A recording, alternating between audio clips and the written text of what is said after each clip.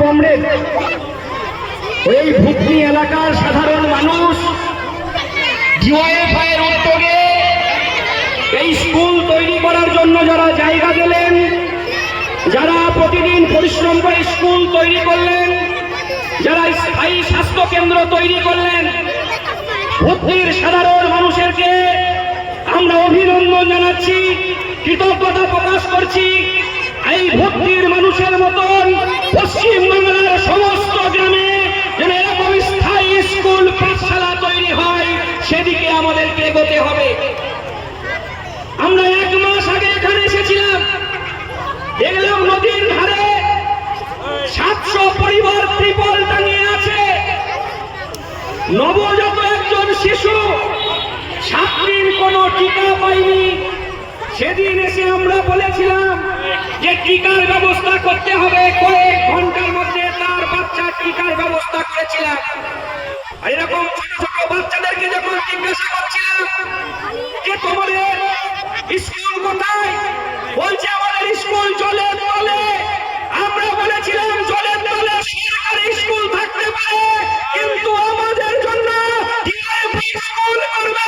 আজকে স্কুলের আমরা ব্যবস্থা করেছি। পশ্চিমবাংলায় যখন সরকার এসেছিল, প্রথম শিক্ষার উন্নয়ন করেছিল। কি উন্নয়ন করেছিল? শিক্ষার অবৈতনীকরণ, মানে 1 থেকে একদম 12 পর্যন্ত পড়বে, তার জন্য কোনো পড়াশোনার খরচ লাগবে না। জ্যোতি বসু বলল মুখ্যমন্ত্রী বামপন্থী সরকারে যে ছেলেদের পড়ার জন্য স্কুল চাই, প্রাইমারি স্কুল তৈরি হবে। তাই সেদিন বামপন্থী সরকারের উদ্যোগে 68,000 প্রাইমারি স্কুল তৈরি হলো, 12,000 মাধ্যমিক উচ্চ মাধ্যমিক স্কুল তৈরি হলো, 43টি পলিটেকনিক কলেজ তৈরি হলো, 800টি ইঞ্জিনিয়ারিং কলেজ তৈরি হলো। আর তৃণমূল আসার পরে 11 বছরে 8,300 স্কুলে তালা লাগিয়ে দিয়ে 26,000 কালার মডেল লাইসেন্স দিল।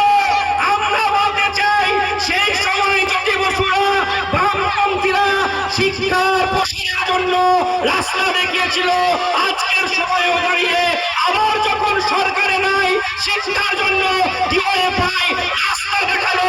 বামপন্থীরাই রাস্তা দেখাতে পারে, বিকল্পী কারণ ক্ষমতা নেই রাস্তা দেখানোই। বামপন্থীদের হাতকে শক্তিশালী করুন।